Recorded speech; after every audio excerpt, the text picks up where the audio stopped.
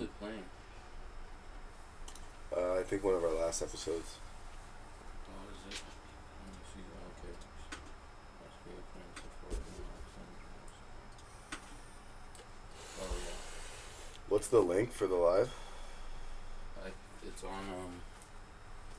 You're tagged in the post and the links there. Okay, it's connected. It's basically we're live.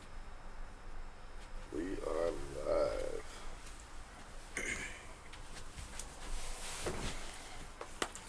Yo.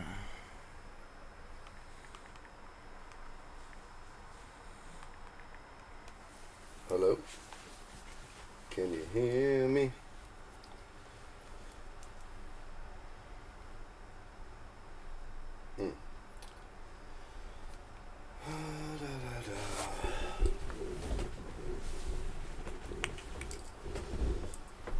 Are we on the screen? Oh, there's a little delay. No, it's just. Oh, hello, baby girl.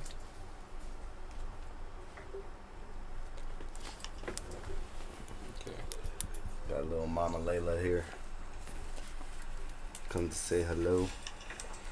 Got a little Mama Layla here. Come to say hello. Yeah, we're live. Okay. So, let's dive in. How's everybody doing tonight? You know what it is. I'm your host, Eric DeSimone. We are live with Sex, Drugs, and Hospitality, episode 3. I got the captain here, Ben Williamson. How's it going, everybody? So, you guys have seen a few episodes. The first was diving into some of the darkness and some of the things we have to deal with in this industry. The second episode was we had our first guest, and we were going off the top and just really trying to figure this thing out and learn about one of our peers in this industry. And this episode, I want to lean a little more into some of the positive aspects of the service industry. That meaning, yes, there's a lot of negative vibes in the industry, and a lot of faces a lot of scrutiny and a lot of issues. But what I failed to talk about is what really led us there and why we really stay. Is it as dramatic as we know nothing else and it's all we can do? I don't think so, because the majority of people I know in the industry are very skilled, very artistic, and are able to do many, many, many things that could make them money. So that being said, the good things about this career are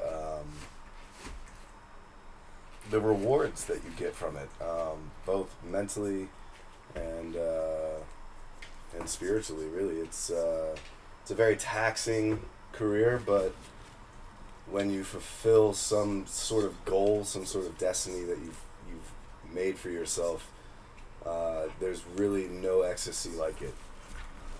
And I really want to tap into that tonight, Ben. Well, yeah, I mean, there wouldn't be I don't think a reason it would be such a big industry if there wasn't a good side to it. Mm. And even, the community of it too, I feel like is a thing. Absolutely. It's, nobody would put themselves through this amount of pain for just money. I mean, some do, yes, but at the end of the day, they're good at it, so they did it enough to have enjoyed it at some point, in their career. It's little goals that you set for yourself. For instance, starting as a dishwasher, okay, this is what I'm doing. And then back in the day, people were a little more motivated to transcend. Nowadays, people are struggling and hurting, and they need to make $1. So, you know, you can't really make those big bucks until you fully commit and dedicate your entire life to it. And that's really difficult for a lot of people who have families, children, yada, yada, yada. Oh, So- yeah. Yeah, like you were talking on I think it was the first episode, just about having to, or maybe it was the second episode where you were talking about how having to work on holidays and missing important moments. And Right. And, Yeah. You know, that's exactly what I'm talking about is, you know, the sacrifices that we make that we don't need to. But we do it because there's some part of us deep down in our soul that really enjoys this and loves it. You know, do you think a lot of that has to do with like the reward you get from seeing people happy from the meals? 100%, and I can tell you from personal experience when you start to get to flex a little bit and stretch your legs and kind of create, and you know, I've been in situations where I've seen my creations come back and the guests were not pleased. Mm-hmm. But then when you see, you know, 90 to 300 dishes come back, that the plates are clean. Yeah. There is no amount of drugs that can produce dopamine for you that will trump that feeling. Well, I could say I know when I go to like a good restaurant that has really good food, and I'm with somebody and they just leave it all on their plate. I don't get how they do that. It's almost it's almost disrespectful. It is, but also, you know, it's up to us to make sure that doesn't happen. And if there's a lack of, you know, exactly what I'm talking about, if there's a lack of love or passion or you know, duty to your career path, these things happen. And you know, as you said, and as you know, I've witnessed, we've seen this happen time and time again. But most importantly, when it doesn't happen and the opposite happens, it's profound. And you know, a few other things with that, you know, you don't accomplish that sort of success without the ultimate like pressure, and there's this dance that happens, which I've spoken about briefly, but once the entire restaurant is in unison, not just the kitchen. The front of the house. It usually begins with the kitchen because, you know, when those tickets start getting fired, it's up to us to keep the pace, right? Yeah. If we can't perform, then it all crumbles. But when you see an entire restaurant that is burning 400 covers a night, all synchronized, all in unison, it's magical. It's like a flash mob. You know, this random thing, this random event happens, and you see people just step in and start dancing. It's very much like that when you have a very successful night in a very busy restaurant. So we can't stray away from that, and that, you know, as I said, it doesn't expel the front of the house when they're doing that dance with us, and the bar is doing their dance, and the dish pit is doing their dance. It's remarkable, and we feel that, and then we celebrate after, and then then the pain comes the next morning. You know, so with that, it's where do we take that, you know, into the future? The industry is shifting, as we all know. It was happening pre-COVID, and then COVID really shook it up. And now, you know, we're losing our mentors. We're losing the OGs that you know, really put an imprint on this industry. Not just back of the house again, like management, all of them. We've kind of lost that structure, and we're trying to rebuild it. And a lot of it being from stuff such as mental health and drug addiction and the bad side of it. You know? Yeah. You know, that's what created this like violent, scary, intimidating, you know, force that we stepped into knowingly, you know. But as we've, you know, talked about, that's kind of what that's kind of what pushed a lot of us, millennials into this industry was, being born in the early 90s or the very late 80s. There was a very weird thing happening, where the generation...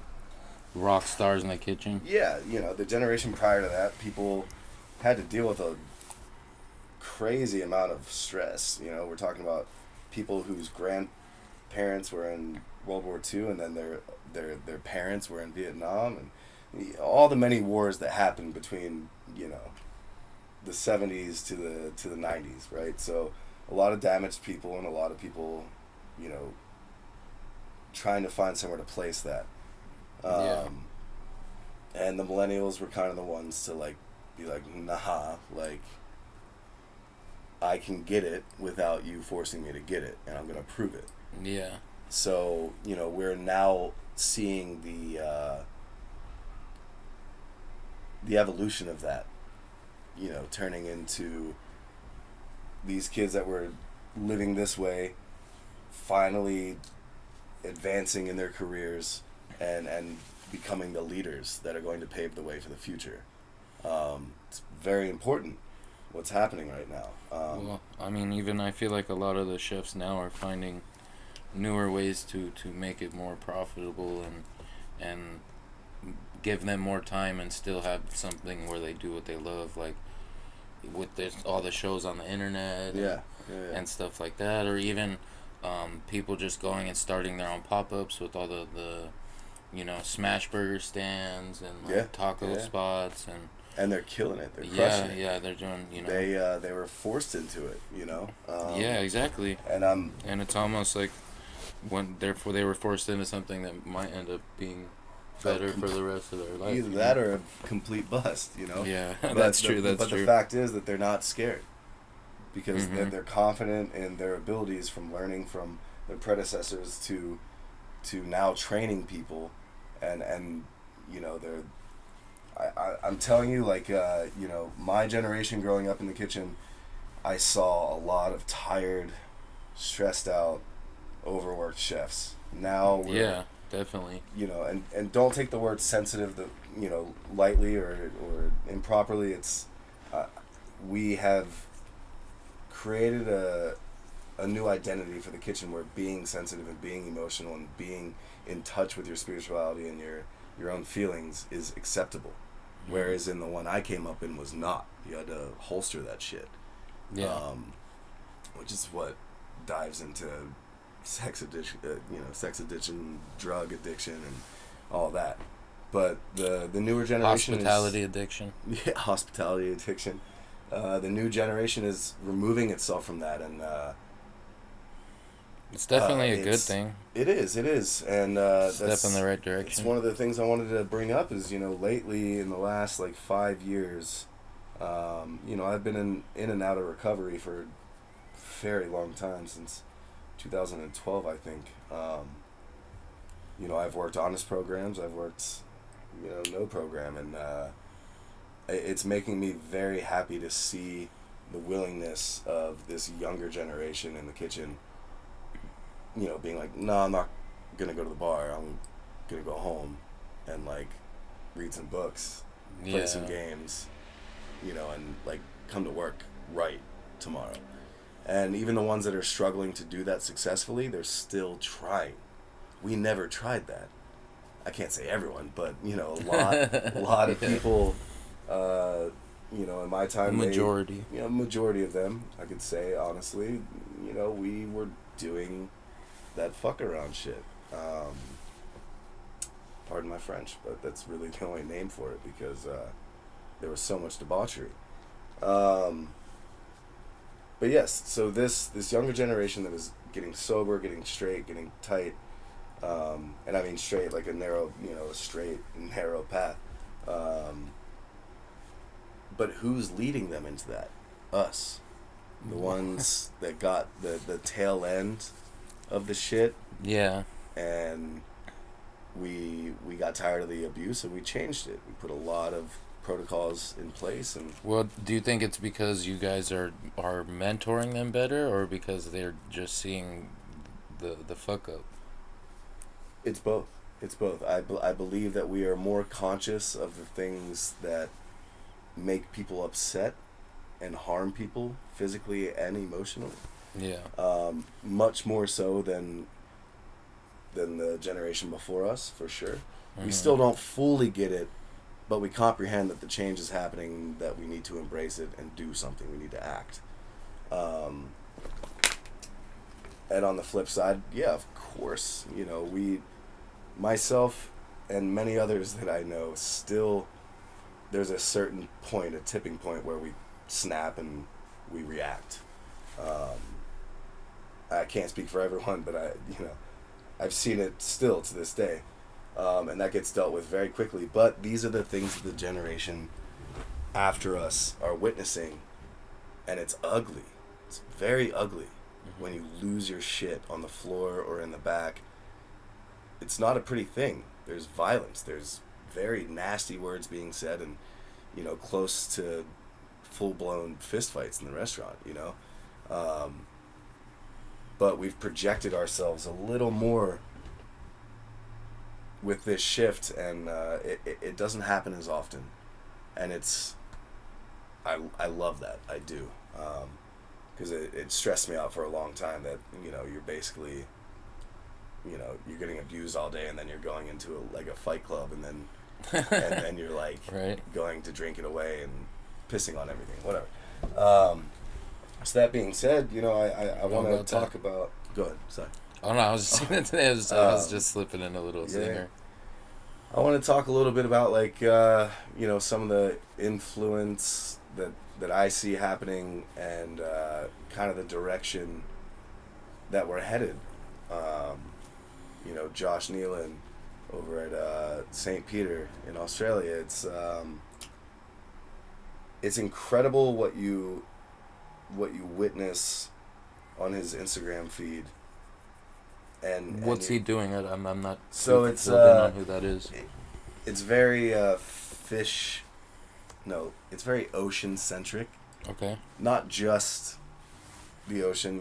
They have some river fish happening there and stuff like that. But they're very seafood centric, and they're transforming the food in a different way than I've ever seen before. A lot of curing, dry aging of just some of the most beautiful fish that you can imagine, and they're transforming it into this, this idea that we had in the mid 2000s, early, 2010s and stuff. We were seeing a lot of, molecular gastronomy and a lot of science being involved in enhancing the experience and turning it into an art gallery, which taking something and then making it something completely different, but yes, having the flavors exactly of with chemicals and stuff. Yeah, and ribeye nitrous and it's crazy. Exactly. And it was very fun at the time, but I think we all got very bored of it, and we just wanted to eat food that was affordable, and we didn't have to cut it from a rope and smash it open and stick our face into a fucking hole. It's at the end of the day, you don't want to play with your food. You want to eat your food, or at least Well, yeah, no, me as well. And the only way I want to play with my food is if I'm picking up, smoked barbecued lathered brisket and slapping it on my fucking Wonder Bread. That's the only kind of playing with food that I want to do, and I want to get nasty in that situation, and it's good. Damn, that sounds delicious. Yeah, no. One of my favorite spots back down in New Orleans was the Joint. It's this barbecue spot. I think Guy Fieri did an episode on it, and a few people have done sure. Some episodes about it, but it's very much that they serve it with sliced bread, and it's just an experience, man, and it's wholesome. But getting back to what I'm saying about what these guys are doing, so Josh Nealon, St. Peter, it's if you look at his Instagram, you're seeing this presentation that is so cold and modern, like a modern lofts in downtown LA with one piece of furniture in the middle. And it sounds so like depressing, but it's so warming. You know what I mean? Okay. It allows this blank canvas to just have this one beautiful piece in the middle. So it has a focus. Exactly. It's really smart what he's doing. And, you know, I haven't personally been there, but from what I read, what I see, what I hear, you know, you crack into this sucker and it's just, you're on like a fucking Hongos de Magico trip. Like instantly. You're like, what the fuck? How did I taste fucking, I don't know, fucking celery and, you know, pink sea salt and fucking, how did I taste, you know, smoked sausage and, you know, fucking, like, fermented cayenne pepper. How did I taste all that with this blank canvas? It's because he's recreated the idea of modern cooking, that whole, you know, artistic, you know, gallery sort of situation. And he simplified it. And, you know, there's another person I want to talk about. But before moving on to that, it's the other thing is it's affordable.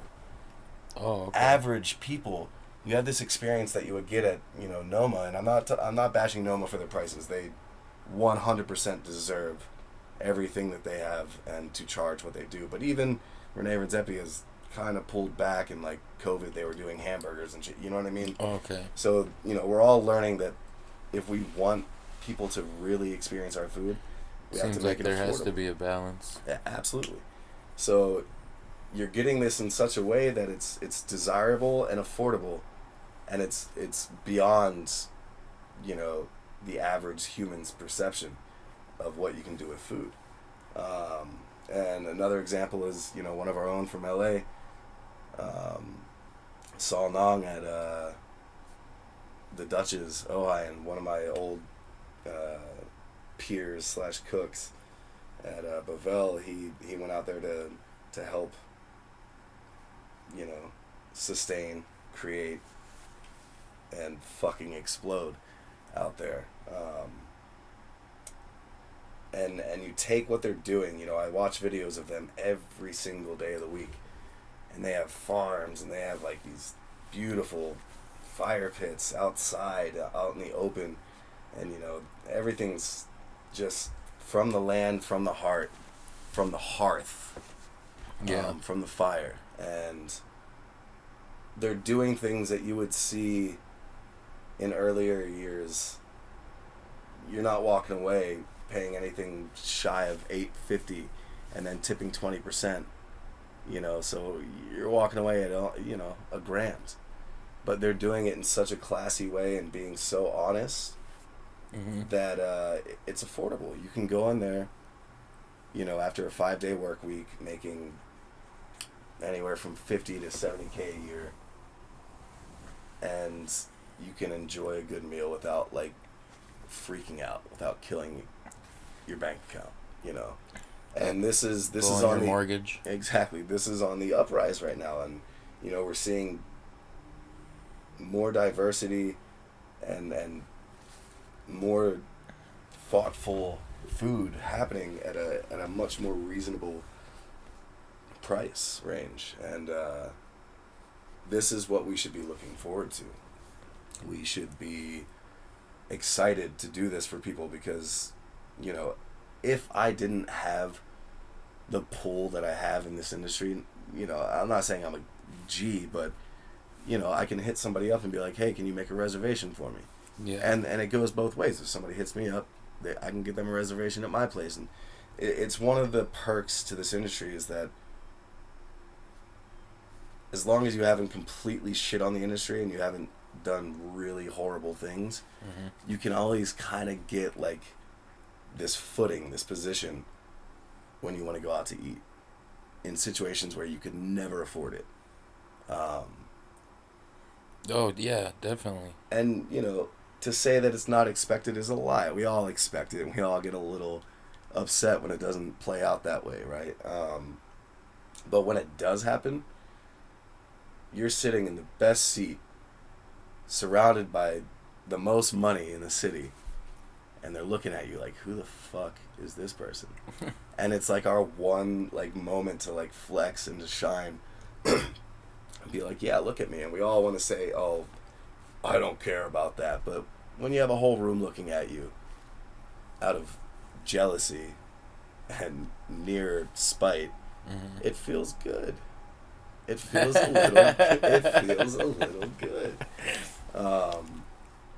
You know, and I bring these people up because they're inspiring people to take a risk and to jump in what you were talking about with, you know, the food trucks and the window service from people's homes during COVID.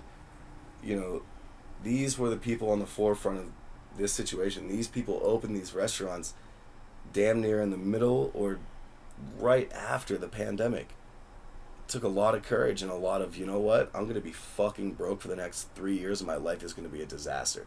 But once I push over that anthill, holy shit. Yeah, and you hear those stories of it happening. Yeah.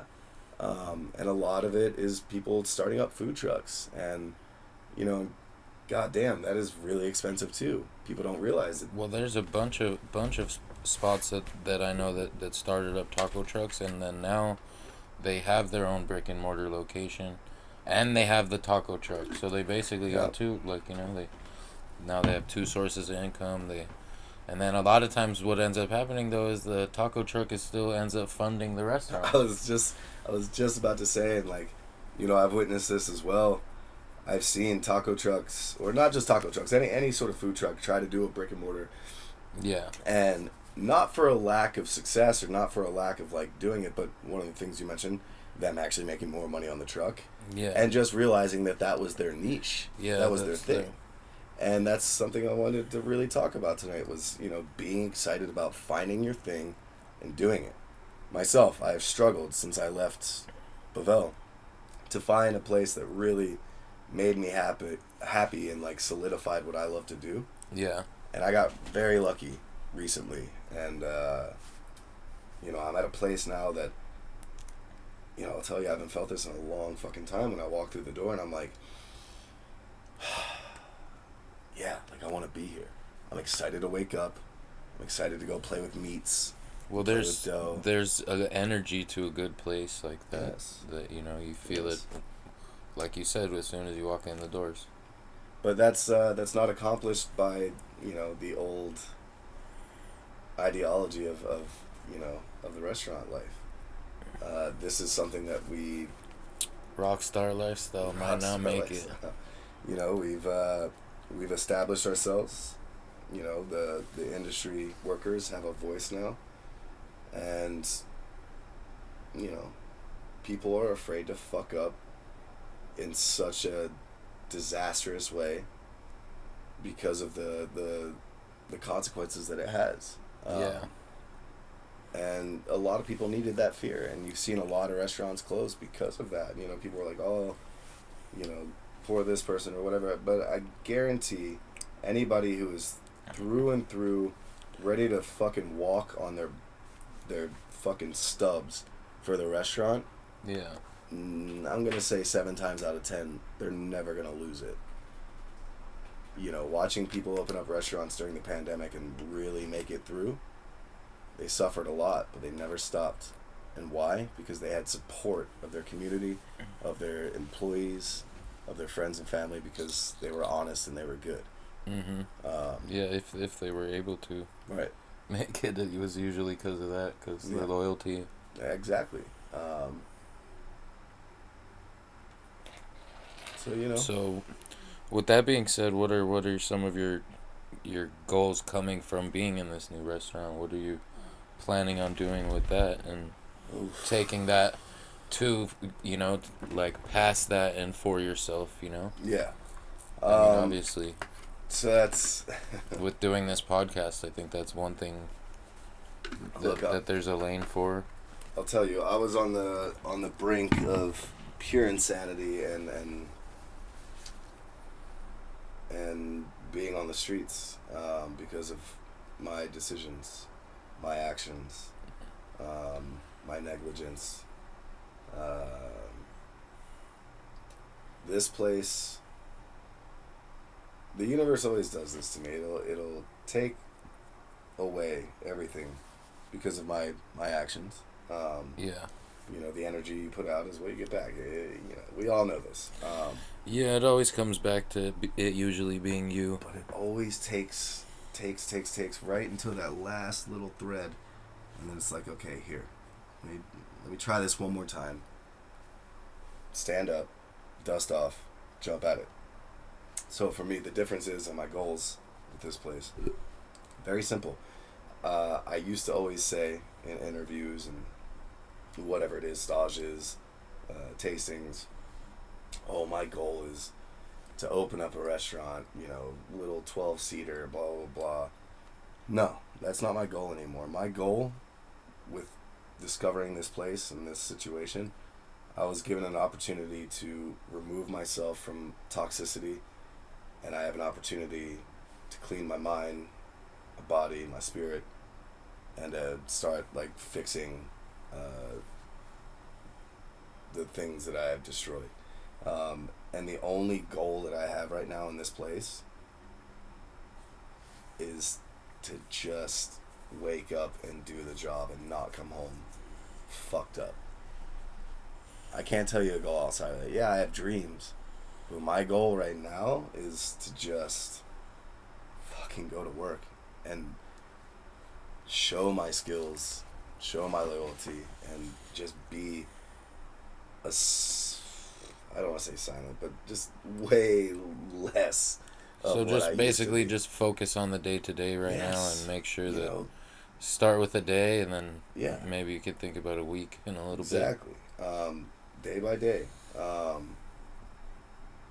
You know, just surviving it and just being committed and, you know, just getting back to that routine. That's it. That's, you know, I can't ask for more than that right now because it would be very selfish. And I've already done a lot of selfish shit in my life. So, I think I've reached, like, a real understanding of what I really need in my life. And it's a healthy work environment that pays enough to survive, that isn't completely taxing, and that I'm excited to go to. And I think that I found that, but I always do this. I find something and I always fuck it up somehow. So that I'm trying to avoid that. Well, don't. Yeah. That's that's I know it's easier said than done. That's but why this podcast is called Sex, Drugs, and nothing, Hospitality. It's, you know, things are very attractive. All things. Nothing ever great was easy. No, certainly not.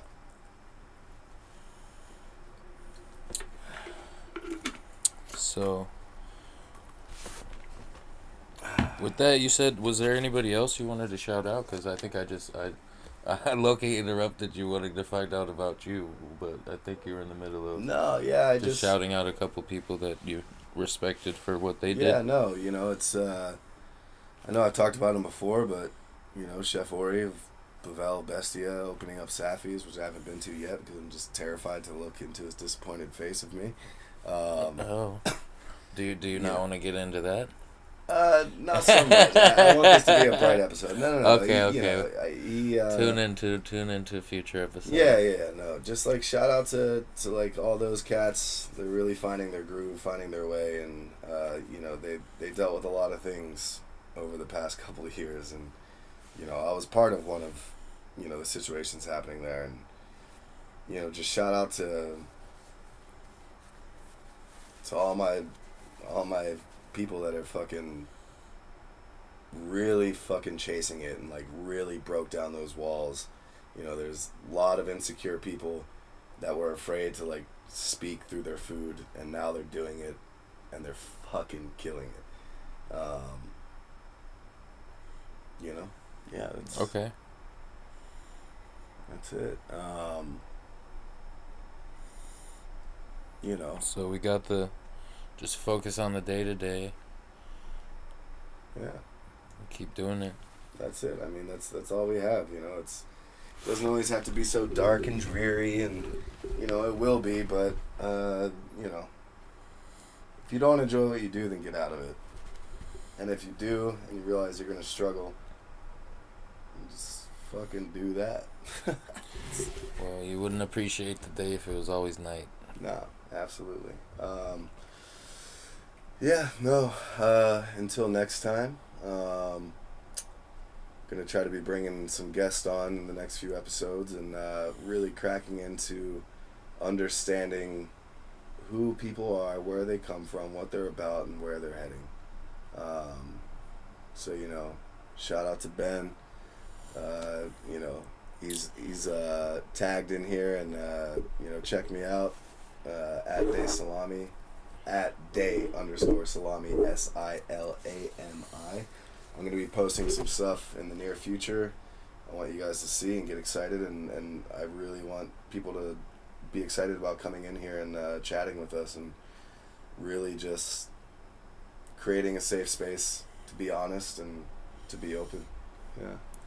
Is there any future ideas that you want to, maybe, I don't know, if anybody, feel free to leave some comments about things that you think we should have in the show, special, I don't know, lists or ideas, or if we want to show some, maybe we can get into some actual food stuff, some cooking stuff, add some cooking. I know that this behind is the scenes type things. This is really based around the whole thing, but also, I'm the host and I'm a chef, and I love this shit. So we could definitely crack into some cooking. A lot of things involved in this. Definitely the guests. It's gonna be good to hear, just what their opinion is on some of the topics that will be ran throughout the shows, and it should be a every Tuesday thing. That's the plan right now. Every Tuesday between 8 and 9 o'clock.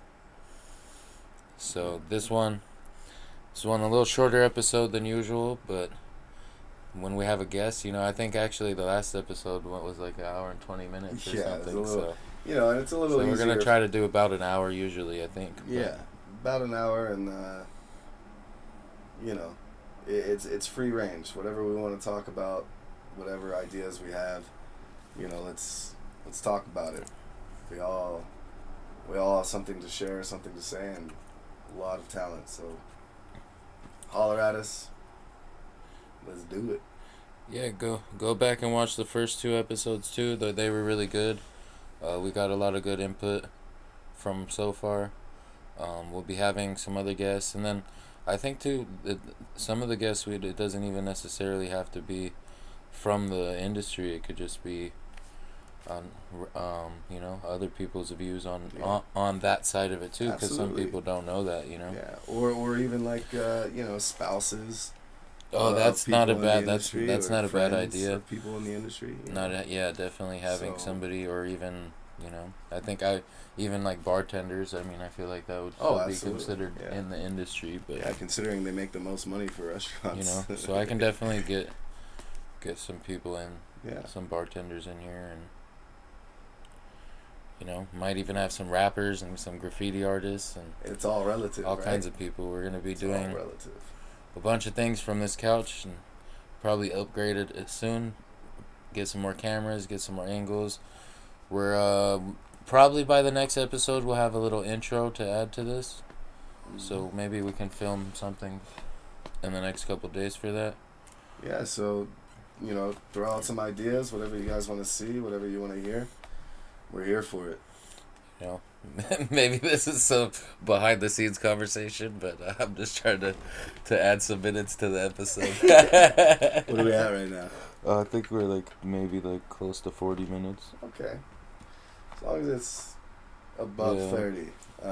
It's at 39 right now.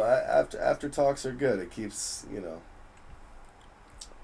shows who we are and what we're doing. It's not always so. Speaking of the brighter side, I want to shout out the homie Steve-O that's getting married. He's a bartender, and I'm gonna be at his bachelor party this weekend. Should be pretty wild. So next episode there should be some stories. Yeah. I'll have at least one good story to tell about And some chaotic nonsense. And everybody's gonna leave me on my birthday weekend. That's what he said last weekend when we went out with him. Yeah. What are we doing? So what's the actual day? It's September 15th.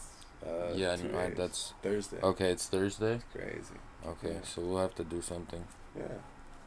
We'll have to do something Thursday. So everybody, I want you to hit him in the DMs and wish him a happy birthday. Get out of here. I don't even think that many people love me anymore. But they'll be at my funeral. For sure.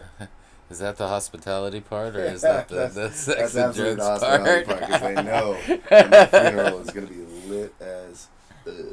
Yeah. So. Well, shit, you could hit me in my DMs too. Should we shout out? Course side, it's Jake. Oh. Shout out who? Who do you want to shout out? Our most recent loss. I didn't know of him too well, but. Oh, there's the thing. I don't. Yeah. Well, definitely it's a new loss, so definitely rest in peace. Oh, that's something I wanted to crack into. Wow. Okay, see, so okay. Let's talk about it. Rest in peace, PNB Rock, though. That's right. Yeah. It's funny that we conclude with this, and we started with it being a positive thing.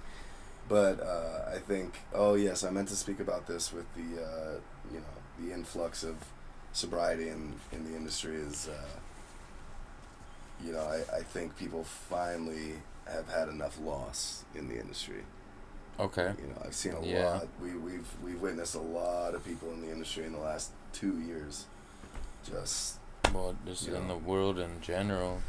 For sure. But I it just seemed like it was week after week after week after week. And that's what we're trying to do here is the direction that we're headed. I think these changes need to happen, and we're tired of losing our sanity and losing our friends. Yeah, I don't think it needs to be more of a industry of just mental health being okay and it being okay to talk about it. Yeah. I feel like in a lot of industries, but especially in the restaurant industry, you're too busy to even talk about your emotions, and they were talking about some of that last week. Too busy to grieve. Too busy to. Yeah, you got to worry about the next plate. Yeah. So anyway, let's shout out to all. Don't be afraid to reach out. Yeah, we're all struggling, and talking. It helps from taking that next step.